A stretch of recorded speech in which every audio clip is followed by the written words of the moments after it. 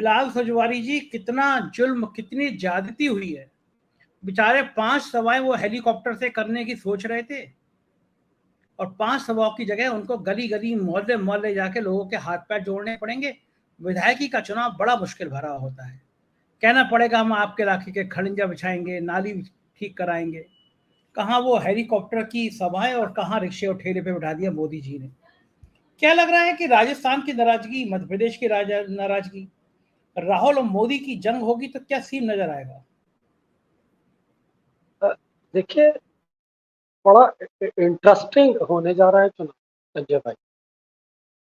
और इस दोनों राज्यों के चुनाव को अगर महिला आरक्षण के परिप्रेक्ष्य में देखें, जिस तरह से प्रधानमंत्री नरेंद्र मोदी जी ने एक विशेष सत्र बुलाया और महिलाओं को एक स्पेशल 33% आरक्षण दिया, जिसमें से ओबीसी वर्ग को बाहर कर दिया। तो इस महिला आरक्षण के परिप्रेक्ष्य में अगर इस चुनाव को देखें मध्य प्रदेश और राजस्थान के, तो यहाँ पर दो भारतीय जनता पार्टी की कद्दावर चीफ मिनिस्टर स्टेचर की महिलाएं नाराज हैं।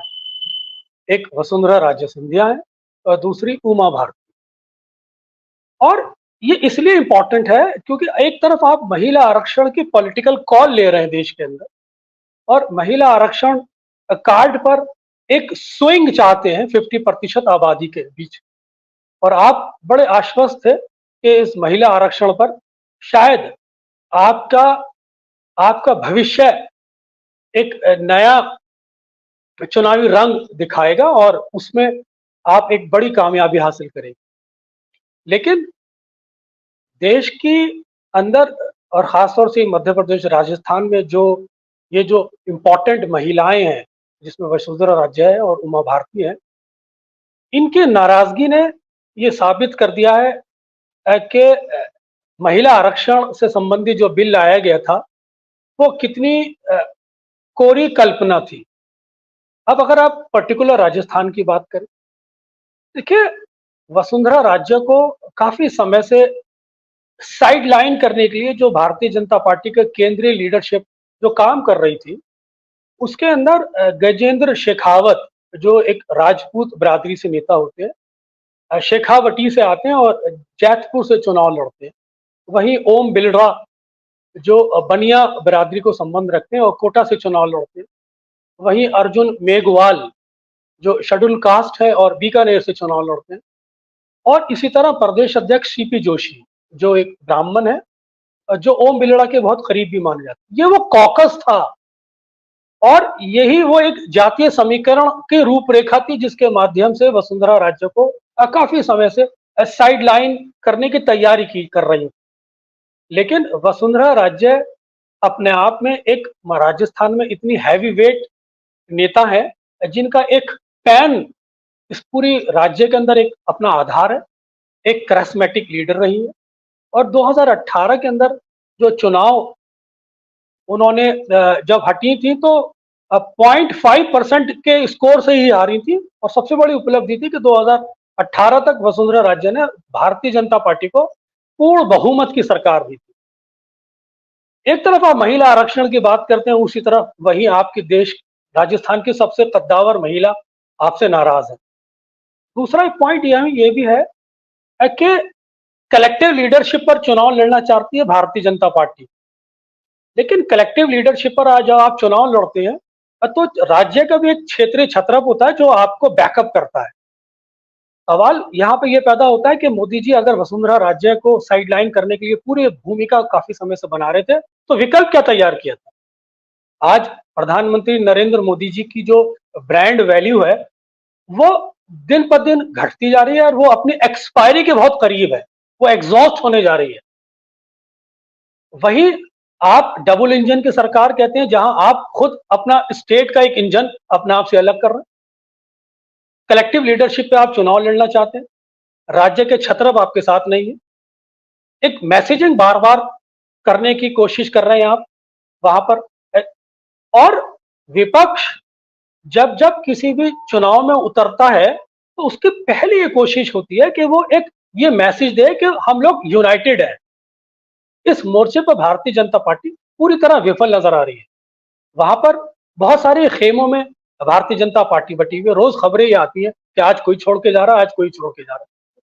चुनाव बहुत करीब है और इसके दूसरे रूप से अगर आप देखें तो कांग्रेस की जो जो स्कीम्स हैं, जनहित सरोकार से जुड़ी हुई स्कीम्स हैं, जिसमें वो 2000 यूनिट बिजली फ्री किसानों को दे रही है, 200 यूनिट बिजली फ्री आम आदमी को दे रही है, पशुधन से रिलेटेड वो 80,000 रुपए 2 पशु मर जाने पर आपको फौरन मुआवजा दे रही है, 500 रुपए का गैस सिलेंडर दे रही है। तो ये वो योजनाएं हैं जो राज्य के अंदर नीचे का जो वोट बैंक होता है, धरातल से जो जुड़ा वोट बैंक होता है, जिसे सी वोटर भी कहते हैं, वो आपसे जोड़ता है इन स्कीमों के माध्यम। और सबसे महत्वपूर्ण बात यह होती है संजय जी कि जब जब राज्य के चुनाव आते हैं तो ब्यूरोक्रेसी को आइडिया लग जाता है कि स्टेट के अंदर क्या होने जा रहा है।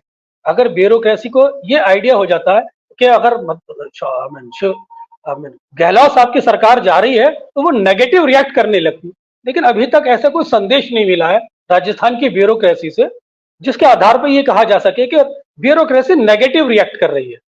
वो पूरी तरह स्टेट गवर्नमेंट की स्कीमों को धरातल पर उतारने में जुटी हुई है। ये एक पॉजिटिव एक संकेत है जो ये बताता है कि परिस्थितियां और हालात कांग्रेस के पक्ष में खड़े हैं और राहुल गांधी की जो एक ग्रोइंग इमेज है, जिस तरह से जनसंपर्क है, ओबीसी आरक्षण को वो लागू करने की बात कर रहे हैं, जिस तरह से वो जातीय जनगणना की बात कर रहे हैं, जिस तरह से उन्होंने अपने कुनबे को यूनाइट करके रखा है, जिस तरह से बहन और भाई की राजस्थान में एक अपील है, ये सारी परिस्थितियां बताती हैं कि कांग्रेस का मौजूदा समय में पलड़ा भारी है और भारतीय जनता पार्टी एक रिस्की फैक्टर पे खड़ी है। वहीं अगर आप मध्य प्रदेश की बात करें तो उमा भारती नाराज है। उमा भारती के अगेंस्ट भारतीय जनता पार्टी ने प्रहलाद पटेल को खड़ा कर दिया है एक विकल्प के रूप में। उमा भारती और नेगेटिव रिएक्ट कर रही है। ओबीसी परिप्रेक्ष्य में बहुत महत्वपूर्ण नेता हैं और उनकी नाराजगी इस चुनाव को, खासतौर से मध्य प्रदेश को, बहुत ज्यादा डैमेज करेगी। साथ साथ सांसद आप वहां लड़ा रहे हैं, 3-3 केंद्रीय मंत्री लड़ा रहे हैं।